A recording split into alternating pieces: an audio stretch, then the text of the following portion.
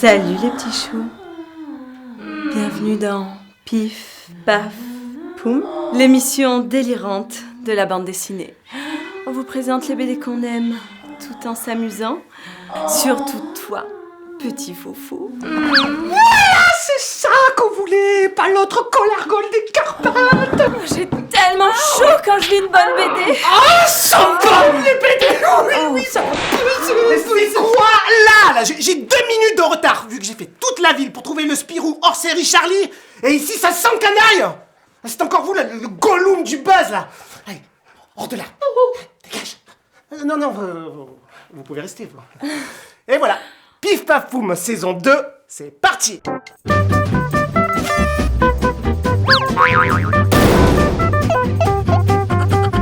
Dans ce numéro, le grand méchant renard, l'île aux femmes, un dossier Blake et Mortimer avec Bruno Solo, les Prométhéens, les monstres et la rubrique OK en fin d'émission. Pour commencer, 2 images, la couve du Spirou hors série et un street art de Cabu fait par Juice à Marseille. On démarre avec ce grand méchant renard édité chez Delcourt de Benjamin Renner, co-réalisateur du film d'animation multiprimé Ernest et Célestine. Vous l'aurez compris au premier coup d'œil, il n'y a rien de méchant chez ce renard rigolo entouré d'une basse-cour de psychopathes composée d'un lapin débile, d'un cochon cultivateur de navets, d'un chien paresseux et d'une poule caractérielle. Devant l'absence d'efficacité de ses méthodes pour se sustenter, Renard développe une nouvelle stratégie sous les conseils avisés du grand méchant loup.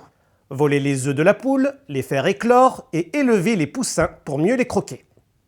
Seulement voilà, les poussins vont se prendre pour des renards et l'appeler maman. Totalement loufoque tout au long de ces 192 pages formant une seule et même histoire, ce renard suscite aussi de l'émotion et beaucoup de justesse dans ses relations filiales. C'est un véritable coup de cœur que nous avons eu pour cette équipe de bras cassés fort attachante. Une adaptation en dessin animé est prévue, vivement une suite en BD. Et comme dit le chien, ça part en couille d'entrée cette saison.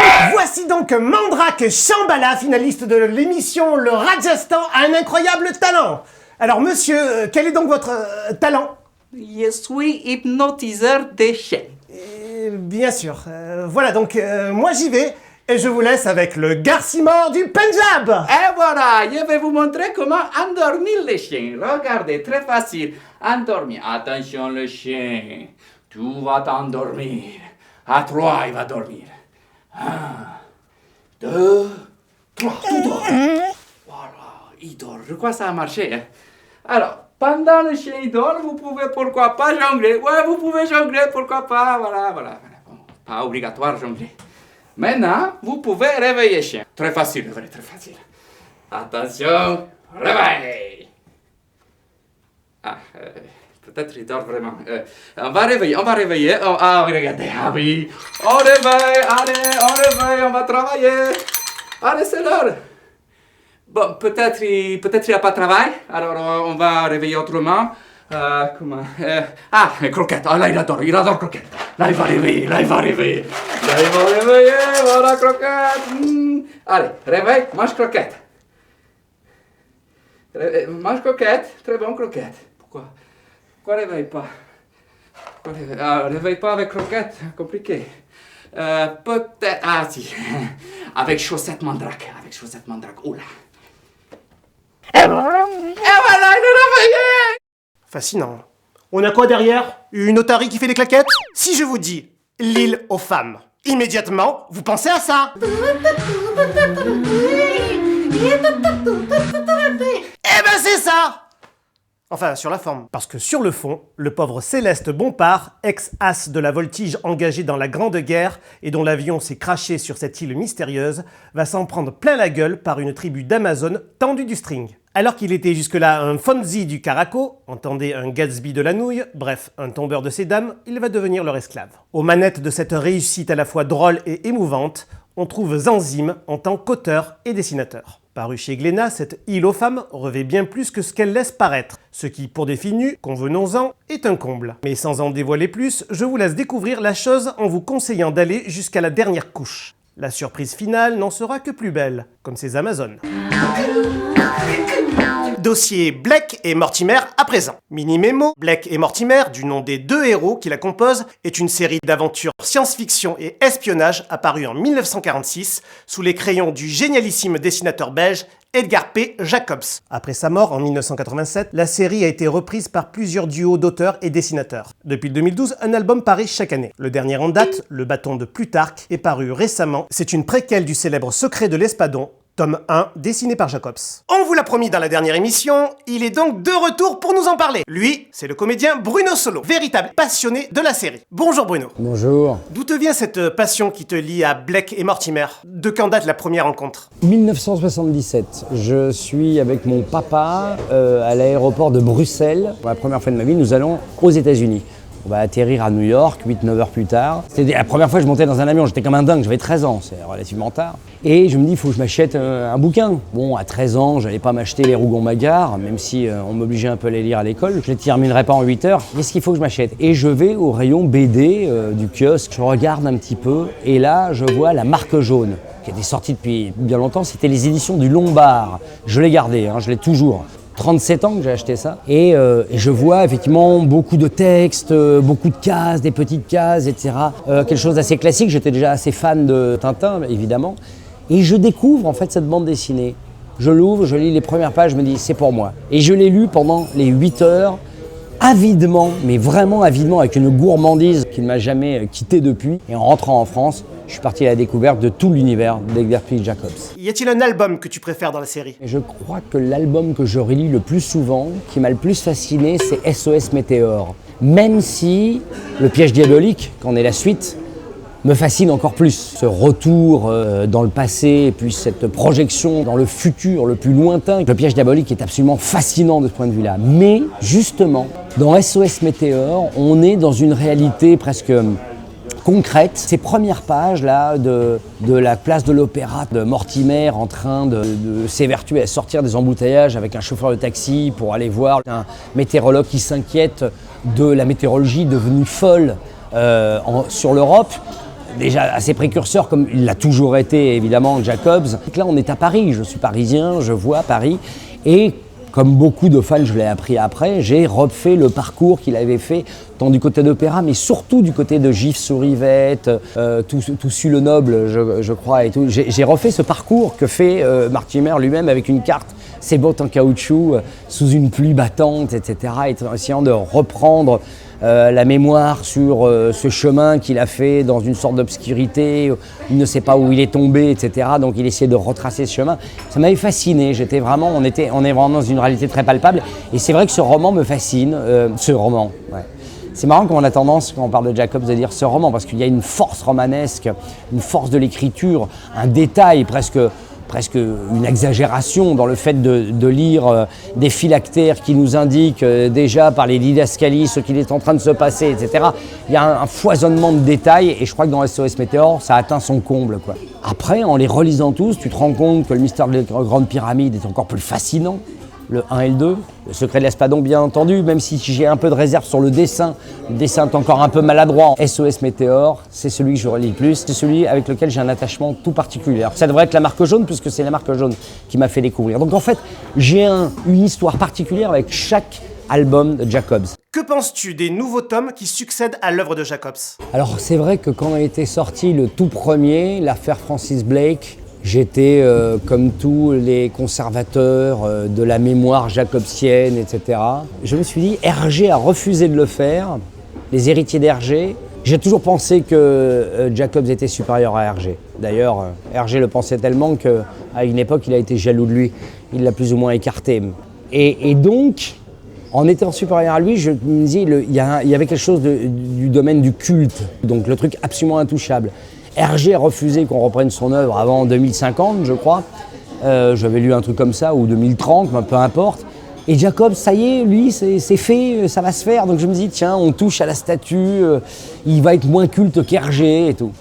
Mais, passé, comment dire, ce réflexe un peu conservateur, j'ai ouvert l'affaire Francis Blake avec un immense plaisir et je trouvais que, même si les cases sont trop grandes, même si les couleurs sont trop vives, même si le dessin est parfois un peu épais, un peu maladroit, moins dans le détail, j'ai trouvé que l'histoire était fascinante, que le scénario, décidément, quand on parle de Jacob, on parle de scénario, on parle de roman. Mine de rien, les héritiers avaient travaillé avec un respect, une précision, une rigueur très jacobsienne. Et même s'il y en a qui m'ont énormément déçu, après je les ai tous achetés. Le Sanctuaire de Gondwana est extrêmement décevant. Alors là, sur le dessin, sur l'histoire, on dirait un peu du Joe Z, quoi. Dans l'ensemble, je trouve que les machinations de Voronov est un peu complexe, mais très intéressant. La malédiction des 30 deniers est formidable au niveau du dessin. Il me semble que le nouveau, le bâton de Plutarque, a l'air là aussi formidable au niveau du respect du dessin. Todd Benoît a un peu déçu dans le dessin. Il y a trop de tête Benoît, pas assez de Jacobs. Mais je trouve que les nouveaux, là dont j'ai oublié le nom, sont vraiment, vraiment très bien. Est-ce que tu connais la série dérivée Les aventures de Philippe et Francis chez Dargaud? Je trouve ça extraordinaire. Je trouve que c'est le plus bel hommage déglingué qu'on puisse rendre à Blake et Mortimer. J'ai acheté les 2 premiers, je sais qu'il y en a un 3e qui est sorti. SOS Météo, voilà, je vais aller me le faire là. Tu serais plutôt Blake, Mortimer ou Ulrich? Vraie question. On le sait hein, qu'on ne fait pas de bonnes histoires sans un bon méchant, et c'est un des méchants les plus géniaux qu'on puisse envisager dans l'histoire de la bande dessinée. Absolument indestructible, insubmersible. Ouais, il n'arrive pas à le tuer, Ulrich. Et puis Ulrich, en plus, on sait que c'est la projection de Jacobs. Il lui ressemble dans les traits. Il s'est inspiré de son propre visage à l'époque où il était un jeune premier, un chanteur lyrique, un décorateur de théâtre, parce qu'il a tout fait, Jacobs. Donc Ulrich est absolument génial. On a à chaque fois envie qu'il perde, mais d'ailleurs, les rares fois où il n'est pas là, c'est ce qui manque. C'est pour ça que Le Piège diabolique pourrait être le plus grand album de l'histoire de Blake et Mortimer, mais il n'y a pas Ulrich. On sent une sorte de rage vis-à-vis de Blake et Mortimer de la part d'Ulrich, et en même temps un immense respect, quoi. C'est leur ennemi préféré. Donc effectivement, c'est Ulrich mon personnage préféré, et puis parce qu'on a toujours tendance à aimer les méchants. On aime bien Dark Vador dans La Guerre des Étoiles, plus que Luke Skywalker. Y a-t-il une caractéristique de la série que tu voudrais souligner? Il y a un truc qui m'a marqué dans Blake et Mortimer, qui m'a toujours marqué, vous remarquerez ça, c'est moins vrai maintenant avec les nouvelles collections, maintenant que Jacobs est mort, mais dans tous les albums de Jacobs, il y a toujours un moment où ça se passe sous terre. Tous, sans exception. Dans Le Secret de l'Espadon, les planques et la planque de l'Espadon est sous la terre. Dans Le Secret de la Pyramide, ils sont sous la pyramide.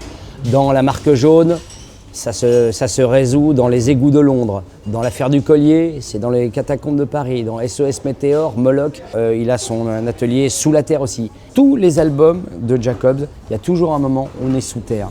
Comme si Jacobs avait une sorte d'obsession avec une idée d'une vie obscure qui se déroulerait sous terre, et que le mal viendrait effectivement, presque d'un point de vue mythologique, de sous la terre. Parce que c'est pourquoi ils vont sous terre, Blake et Mortimer, c'est pour résoudre les énigmes, c'est pour extraire le mal de la terre. Voilà, il y a une dimension effectivement mythologique, dantesque. Ça, c'est un truc qui m'a marqué. Et quelle ne fut pas ma fierté en m'en étant aperçu vers l'âge de 18-19 ans, quand je commençais à analyser avec mes vues à moi Blake et Mortimer, de lire beaucoup d'œuvres sur Blake et Mortimer et de voir qu'effectivement c'était repris par des historiens de la bande dessinée. Donc j'étais très très fier de l'avoir découvert avant de l'avoir lu. Un grand merci Bruno pour cette analyse. À bientôt sur les écrans ou sur les planches. Très très volontiers. À bientôt dans Pif Paf Poum. Longue vie à Pif Paf Poum. On poursuit avec Les Prométhéens, excellent exemple de fusion entre le comics et le franco-belge, paru chez Le Lombard. Si tu aimes les ambiances à la Watchmen ou autre X-Men, qu'a d'ailleurs déjà dessiné l'espagnol Rafa Sandoval, c'est pour toi. Avec Encher et Herzé au scénario, cette nouvelle série très prometteuse nous propose pas moins que la présence des dieux de l'Olympe sur Terre. Il va falloir réviser ces classiques car tout le panthéon s'est pointé sur la planète, déchu de ses pouvoirs et se livre à des querelles familiales. Ici, Zeus est un mania de l'énergie, Poséidon un riche armateur, Artémis milite chez Péta, Hermès est séminariste et Dionysos un mafieux. Traqués par Timos, un ennemi mystérieux qui les élimine un à un, ils vont devoir faire face en s'alliant aux héros de la mythologie, Persée, Jason, Ulysse. Quand on sait qu'en plus ils ont influé sur les catastrophes type Hiroshima ou Tchernobyl, on peut s'attendre avec cette série à être surpris pour le meilleur. Prométhéens, promettez-nous que ça dure. Pour finir, voici Monstre du dessinateur brésilien Gustavo Duarte, paru chez Paquet. Dans ce récit délirant, graphique et sans parole, 3 kaijus énervés, genre cousins de Godzilla, attaquent la petite ville brésilienne de Santos. Face à eux, Pino, non pas simple flic, mais un vieux barman pêcheur, va s'avérer être un adversaire redoutable. Le trait fluide, qui n'est pas sans rappeler parfois celui du Derzo, captive de bout en bout. C'est drôle et plein de références, On appréciera même un clin d'œil au fameux Mr. Magoo, héros des dessins animés des années 70-80. Un petit livre fort sympathique qui ravira tous les âges. Ah, filet, malheureux, filet. Oui, mes petits foufous, si vous, comme moi, vous aimez les monstres, vous pouvez compléter avec The Craignos Monsters, ouvrage somme sur le thème, de Jean-Pierre Peters, paru chez Vent d'Ouest. C'est bon, ils sont partis les deux glands, le plateau est à nous. Ah bravo, là. On passe pas pour des quiches, hein. J'y suis pour rien. J'y suis pour rien. Vite, la rubrique OK, on kiffe aussi. On ne présente pas Louis de Funès, l'acteur de génie multigénérationnel. Mais connaît-on vraiment la vie et l'ascension de Louis-Germain David de Funès de Galarza? Dans ce récit complet de 128 pages de Dimberton, Chabert et Paya, paru chez Delcourt, sous-titré fort justement Une vie de folie et de grandeur, en référence au célèbre film de Gérard Houry avec Yves Montand, on découvre son parcours, mais aussi celui de ses parents immigrés espagnols en 1904, issus d'une famille de la noblesse castillane. Le sous-titre prend alors tout son sens, surtout quand on sait que son père, qui a enlevé maman de Funès à sa famille par amour, ira jusqu'à maquiller un faux suicide pour disparaître au Venezuela. Les anecdotes sont là, savoureuses, donnant un écho émouvant à nos propres souvenirs de cet ami inconnu. Le trait d'Alexis Chabert est imparable et nous offre presque par sa justesse un film supplémentaire à la filmographie de Louis de Funès, disparu depuis déjà plus de 30 ans. Un livre indispensable pour tous les fans de l'acteur, et rien que là, il y en a déjà un sacré paquet. PDM, c'est-à-dire Paquet de merde, c'est l'autobiographie en 252 pages de Pierre Paquet, le patron des éditions suisses du même nom. Aujourd'hui, Paquet est considéré comme le plus petit des grands éditeurs, ou le plus grand des petits. Et rarement dans le monde de la BD, on assistait à une confession aussi franche et surprenante, puisque toutes les anecdotes sont certifiées véridiques. L'auteur expose sans tabou sa vie privée et nous montre à quel point la frontière avec son parcours professionnel est inexistante. De la naissance de sa structure d'édition, un peu par hasard autour d'une bière, à la passion qui le lie à son chien Fiston, sa véritable boussole, on est happé par le dessin et découpage de l'espagnol Jesus Alonso dans ce roman moderne, souvent touchant, parfois expiatoire. Paquet de merde, c'est aussi un destin hors du commun, ramené à échelle humaine, comme un témoignage de notre époque et d'un milieu, celui de la BD, souvent méconnu du grand public. Mais c'est surtout le parcours personnel et fusionnel d'un homme avec son chien.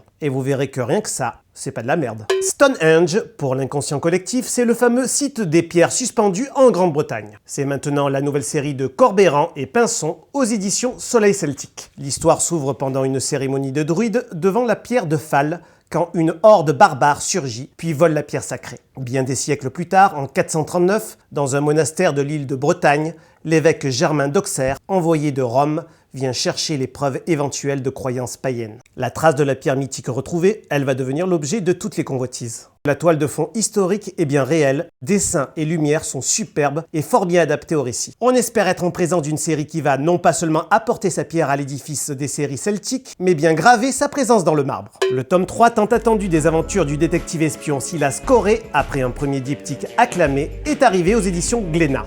À nouveau en 2 tomes, ce testament Zarkov de Fabien Nury et Pierre Allary monte même en puissance niveau rythme, nous prouvant que nous sommes bel et bien en présence d'une des séries les plus plaisantes du moment. Nous sommes le 11 novembre 1918. La guerre est terminée. Sauf pour Silas Corey, qui va retrouver la fameuse Madame Zarkov, baronne richissime du trafic d'armes, retirée mourante dans son manoir en Suisse après l'affaire Aquila, le premier diptyque de la série. La mère Zarkov a un héritier que Silas va devoir retrouver dans une Bavière d'après-guerre. Entre Arsène Lupin et James Bond, l'ami Silas, flanqué de son assistant Nam, continue à naviguer dans les eaux grises de son personnage à la marge. Et nous allons encore être nombreux sur la rive à attendre que la suite arrive. Voilà, pour cette fois-ci, c'est fini. À bientôt pour de nouvelles aventures. Bon, donc vous me le gardez quelque temps dans la cage avec la chose poilue. Deal ? Deal ?